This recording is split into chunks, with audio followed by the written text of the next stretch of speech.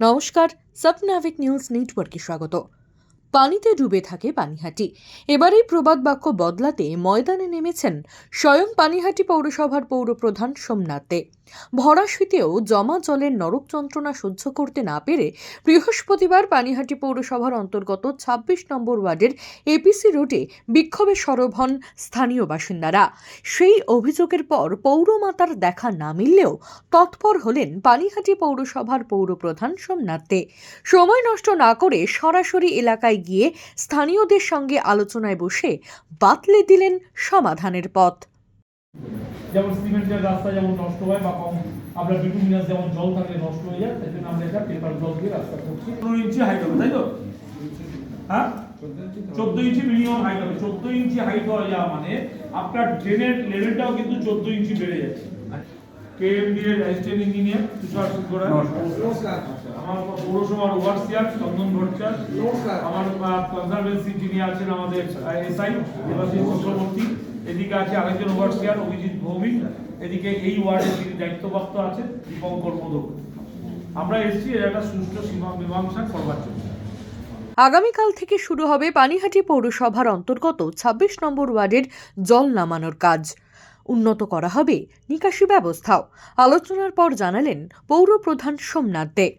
মানুষের তার গণতান্ত্রিক অধিকার থাকে তার অবরোধ করা, তার এলাকায় যদি শীতকালে জল থাকে, এটা তো বাস্তব, এটা তো অস্বীকার করে লাভ নেই। আমি নিজে কালকে এসে দেখেছি, কথা বলেছি এবং বলে গেছিলাম যে সকাল থেকে জেসিপি এবং লেবার লাগিয়ে আমরা ড্রেন পরিষ্কার করব। এবং সকালবেলা আমি নিজে 10:30টায় এসেছি এবং জেসিপি লেবার লাগিয়ে সকাল থেকে পরিষ্কার হচ্ছে, সমস্ত কালভার্টগুলোকে তোলা হচ্ছে এবং এই ড্রেনটা গিয়ে পড়ছে নর্থদমদম হয়ে উদয়পুর ক্যানেল।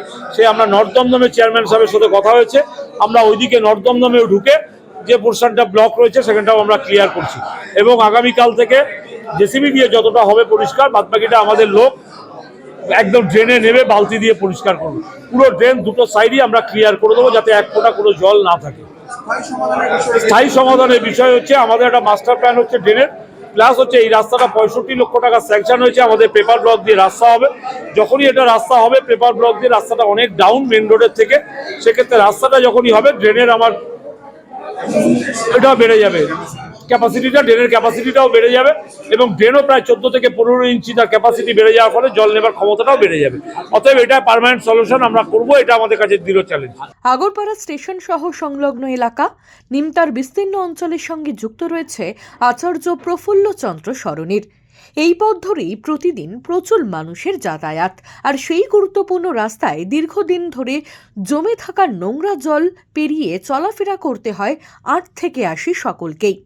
এলাকায় কোনো সমস্যাতেই দেখা মেলে না পৌরমাতার। অভিযোগ স্থানীয় বাসিন্দাদের।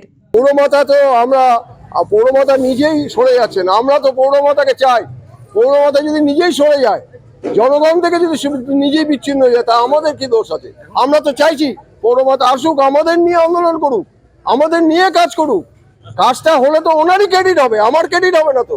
আজকে ওনার ওয়ার্ডের ডেভেলপমেন্ট হলে সুনাম তো ওনার হবে, আমার কিছু হবে না। এই কমিশনের পিরিয়ডে এই কাজ হয়েছিল, সেটা ওনাকে বোঝাতে পারছি না। উনি ভাবছে আমরা বিরোধিতা করছি। আরে আমরা তো জনগণের জন্য আজকে মানুষগুলো কষ্ট পাচ্ছে, তার জন্য আজকে আন্দোলনে বাধ্য হয়েছে। পানিহাটি পৌরসভার অন্তর্গত ২৬ নম্বর ওয়ার্ডের এপিসি রোডে জমা জলের সমস্যার সমাধানে পৌরপ্রধান এগিয়ে এলেও এদিনও দেখা মেলেনি পৌরমাতার। তার এই উদাসীন মনোভাবকে খুব একটা সহজভাবে নিল না ২৬ নম্বর ওয়ার্ডের বাসিন্দারা। চন্দন সেনগুপ্ত, স্বপ্নাভিক নিউজ, পানিহাটি। সমস্ত খবরের আপডেট পেতে লাইক করে সাবস্ক্রাইব করুন স্বপ্নাভিক নিউজ। সেই সঙ্গে বেল বাটন প্রেস করতে ভুলবেন না। আপনাদের একটা সাবস্ক্রিপশন আমাদের জন্য অত্যন্ত মূল্যবান। একই সঙ্গে ফলো করুন আমাদের হোয়াটসঅ্যাপ চ্যানেলটিও। জয় হিন্দ।